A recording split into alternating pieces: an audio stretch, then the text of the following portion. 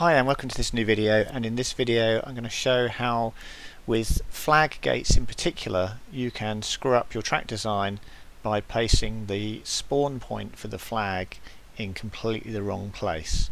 So what I've done here is I've demonstrated this, and what we've got here is we've got a flag. It's just a 2-gate track. We've got a flag here, and then after that flag we've got a gate to fly through, and I've placed this flag so that you have to fly around it like this, and the spawn point is over the back here, and then you come around and you fly back through this gate here. Now on most gates that are not flags, when you respawn, your quad will be respawned at the spawn point here, facing in the direction of the flow of the gate. With flags that is not true. With a flag your quad will be spawned at the spawn point. Let's just go over to this flag. So the quad will be spawned here, but it will be spawned pointing, rotated to point directly at the next gate. So if we put the spawn point here on this flag like that, you can see that when you respawn, the flagpole is going to be directly in your flight path when you take off, and you're just going to fly straight into it. And this is an example of poor track design.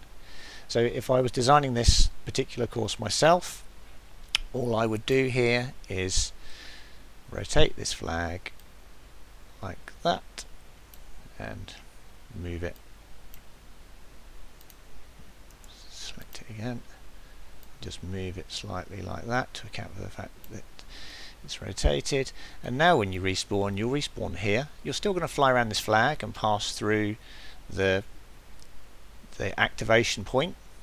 But when you respawn, you'll respawn here with the flagpole to your left and a clear view straight down to the next gate. And we can demonstrate this. So let's put it back how it was. So we put it back like this and move it across like that. Let's make it even slightly worse here, so like that. Okay, so let's just fly this track. Ready to race. 3, 2, 1. There's the activation. I'm going to crash.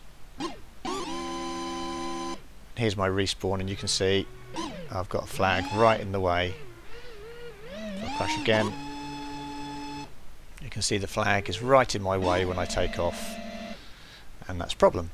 So now let's do what I suggested, which was let's just select the flag and rotate and just push it so the spawn point is in the same place again, like so. And now we'll fly this track. Exactly the same track, Ready exactly to the same race. flag. 3, 2, 1. There's my activation slightly later, but still perfectly valid for that flag. And here's my respawn. You can see the flag is completely out of the way, and I can fly straight down here and through that gate. 11.49. And that is something that has to be kept in mind for 1.15. this type of track, is that, or any type of track where you have flag gates. With flag gates, 1.28.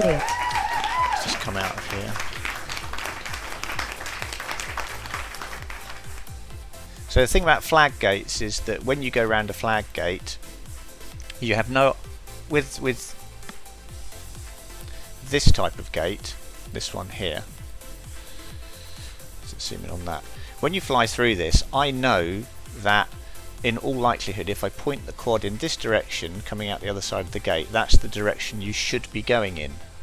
With a flag, there is actually no real understanding when I respawn the quad as to where you should be going.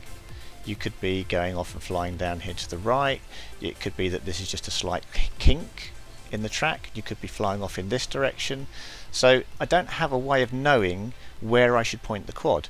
Therefore the logic that gets employed on flag type gates, which are not directional, there's no direction that is the correct direction to fly when you come to a flag. So they're a non-directional gate. This is a directional gate. When you fly through it, you're going to come out the other side, therefore pointing the quad in that direction is perfectly valid. With a flag, when you fly around it, I've no idea which direction you're going to go. So the logic is rotate the quad to point at the next gate, which means the quad will be rotated to point at this gate here, which means as a track designer you have to take that into account and rotate your flag so that it is, or your flag object, it may not be a flag, it may be one of the other flag type objects. Let's just find one of those. Let's see, something like this, for instance.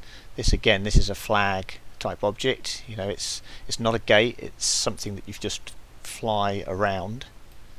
You know, it's a marker. And again, for this one you would want to position your respawn point kind of like that. If it was here instead of this flag, then you would position it like this. So you come down, you fly down, and then you activate that gate as you're flying back past it this way, and then if you were to crash at any point, you'll reset here with a clear view of that gate. And what you wouldn't want to do is position it like this. If you positioned it like this so that you went, you know, your activation area is here, when you respawn you're going to have this massive triangle in your way. Your quad's just going to be pointing straight at this triangle. You aren't going to be able to see this next gate, and it's going to be a problem. So this is down to the track designer understanding how flags work and where to position the respawn. And it's done like this because these are non-directional items. The sim has no idea where your track is going and how it should respawn the quad. So the logic has to be just point the quad at the next gate. And therefore, as a track designer, you have to take account of that. Okay, that's it, and I'll see you on the next video.